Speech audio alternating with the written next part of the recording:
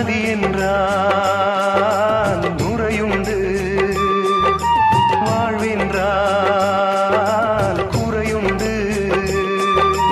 ஐப்பசி வந்தால் அடைமழை காலம், சிலராயுள் முழுதும் ஐப்பசி மாதம். கடவுளும் நீயும் ஒரு தாய் பிள்ளை, இருவரும் தனிமரம் தானே. அவனுக்கும் உனக்கும் அன்னை இல்லை, அதனால் ஓரினம் தானே.